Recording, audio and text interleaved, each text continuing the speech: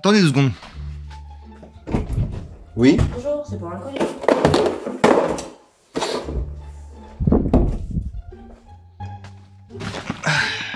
Bon, vous l'avez vu au titre du coup de cette vidéo, on se retrouve sur une deuxième partie pour ouvrir une autre Fisher Box. Donc je l'ai reçu aujourd'hui, c'est la Fisher Box pour un test sur la pêche à la mer, donc pour le bord de mer, tout simplement.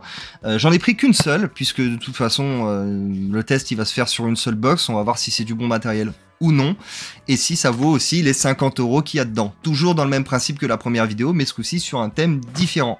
Et je tiens à rappeler que je ne suis pas sponsorisé par Fisher Box, ni de partenariat avec eux, donc c'est du pur test et du pur avis. On va voir ce que ça donne pour cette box. Vu le cadrage exceptionnel et la qualité du son de la première vidéo qui n'était pas excellente avec la GoPro et le micro intégré de la GoPro, du coup, j'ai décidé de vous la faire directement devant vous, maintenant tout de suite là, et de l'ouvrir ensemble pour voir un petit peu ce qu'il y a dedans. Du coup, pour cette box, c'est parti pour l'ouverture. Ah, je découvre en même temps que vous, hein. Là, waouh. Le Fisher Mag. Toujours pas d'informations sur le matériel qui est dans la box. Un casting jig, donc voilà, de la marque Westin. Des leurres souples, alors ce sont des poissons nageurs, sans tête plombée, des cordes de poissons nageurs. Un bonbon qui finira dans mon estomac. Mais nous on veut du matériel de pêche, pas un bonbon putain. Un petit autocollant Fisher Box, j'en ai déjà 4, très bien. Un leurre dur de la marque Volcan Soul, donc je vous le montre à la caméra, hop hop hop, voilà. Un petit leurre dur, sympa. Un leurre Gunky. Oh pardon, excusez-moi, j'arrête de trembler parce que... Enfin...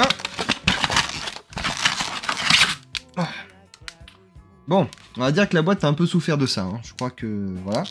Des poissons nageurs de la marque Yum.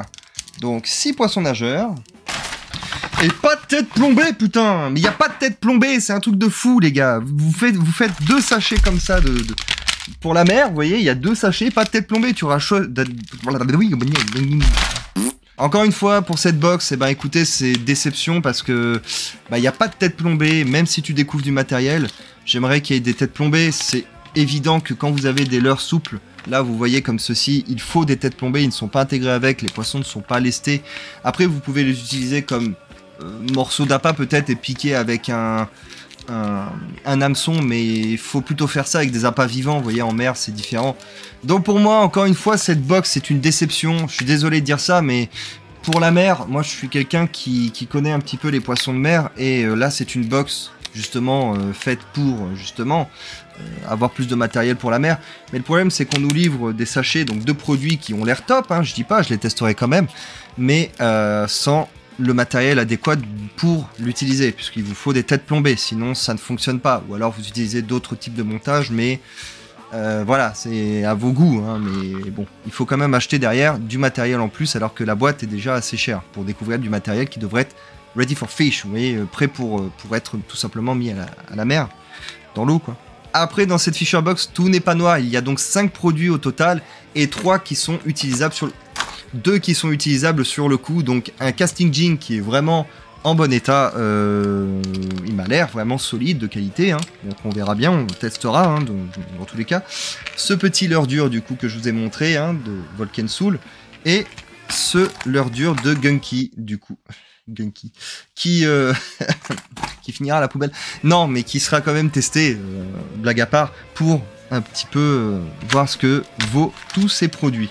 Donc là, les leurres souples, je vais les tester de mon côté avec des têtes plombées que j'ai, parce que j'en ai. Et je peux vous dire que ça me fait un peu chier d'utiliser mes têtes plombées pour du matériel que... Enfin, pour moi, dans la Fisher Box, il devrait y avoir ce matériel. Et tout tombe. C'est un bordel. Qu'est-ce que je devrais dire du coup pour cette Fisher Box? Mon avis là-dessus, ça va être comme la première vidéo, mais je vais le faire beaucoup plus cash et sévère, parce que pour moi, c'est pas normal de voir ça plusieurs fois de suite dans les box, sachant qu'il y a des personnes qui vont juste commander une seule box comme je viens de le faire pour la mer.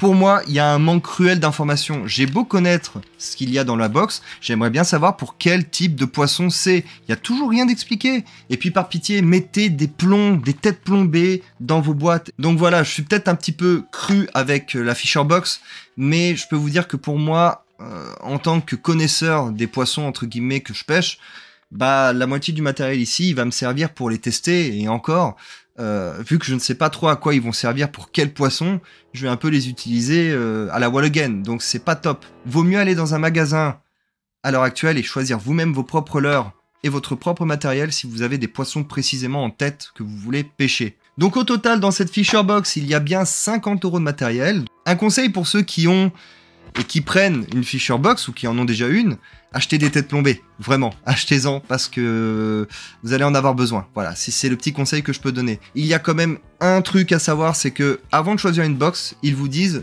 pour quel type de pêche vous voulez. Bien sûr, donc quel type, donc rivière, lac, étang ou mer. Et du coup, moi j'ai pris donc mer, étang et lac. Donc je sais que ça va être du matériel pour la mer, pour les étangs et les lacs pour les 3 dernières boîtes que je vous avais montrées en vidéo dans la première partie. En tout cas pour ma part, j'ai des choses à trier. On se retrouve dans une prochaine vidéo. Je rends l'antenne.